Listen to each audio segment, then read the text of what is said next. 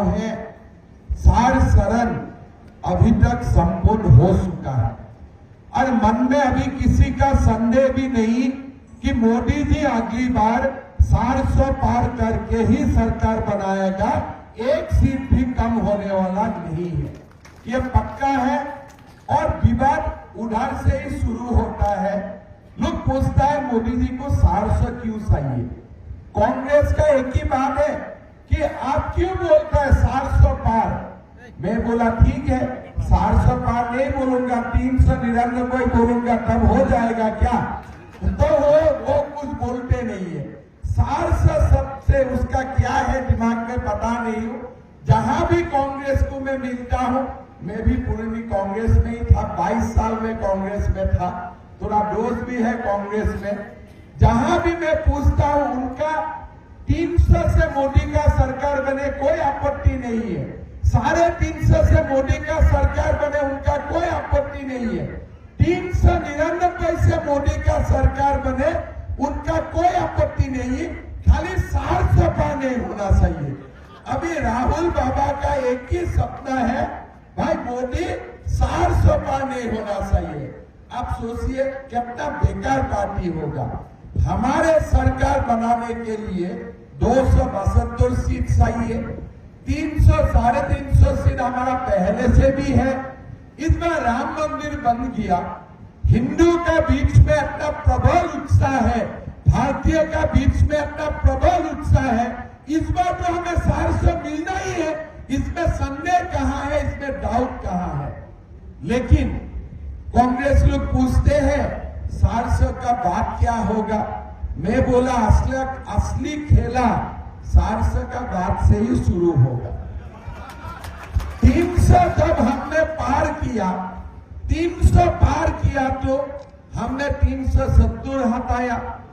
300 जब हमने पार किया तो बाबरी मस्जिद का जगह में भव्य राम मंदिर बना। इस बार जब 400 पार हो जाएगा ना, पाक ऑक्युपाइड कश्मीर भी भारत के साथ विलीन हो जाएगा। 300 में कितना काम हुआ आप लोग थोड़ा गिनिए। 300 में कितना काम हुआ, 370 चला गया, राम मंदिर बना, सीए आया। 300 में इतना हो कंप्लीट हो चुका है। जब 400 पार होगा, हमको क्या कृष्ण जन्मभूमि भी बनाना नहीं है क्या? हिंदू क्या राम जन्मभूमि से ही संतोष हो जाएगा?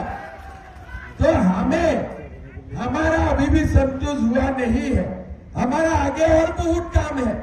कल मैं दिल्ली में बोलकर, शाम में मेरा दिल्ली में मीटिंग था, मैंने दिल्ली वासियों को बोल रहा था, देखिए 7 दिन से पाक ऑक्युपाइड कश्मीर में हर दिन आंदोलन हो रहा है। कोई लोग बोल रहा है कि वहां अभी तिरंगा पताका भी अभी लोगों का हाथ में आ गया है। मैं बोला ये तो शुरुआत है, मोदी जी को 400 पार कर दीजिए, हमारे पाक ऑक्युपाइड कश्मीर भारत में विलीन हो जाएगा, कृष्ण जन्मभूमि भी बनेगा और ज्ञान बापी मस्जिद में भी मंदिर बनेगा। इसीलिए हमें 400 सीट चाहिए। भाई और बहनों, मैं ऐसा स्टेट से आता हूं जो स्टेट में 36% हमारा मुसलमान भाई लोग रहते हैं। तो हम वहां में राजनीति करता हूं तो कभी कभी लोग बोलते हैं कि आप मुसलमान का बीच जाते हो कि नहीं जाते हो। हम बोला हम जरूर जाते हो, हम हमेशा जाता हूं मुसलमान का बीच। वहां जाके आप क्या बोलता हो, हम पहले मुसलमान का बीच जाके बोलता हो 3 शादियां मत करो यार, इसको बंद करो, ये 3 शादी करने वाला बात मत करो। तो क्या लोग मुसलमान लोग बोलते हैं, नहीं माता लोग बहुत खुश हो जाते हैं। वहां से शुरू होता है कि देश का मुसलमान माताओं भी चाहते हैं कि मेरा पति 3 शादी ना करे। मतलब क्या है, हमारा देश में हमें यूनिफॉर्म सिविल कोड चाहिए।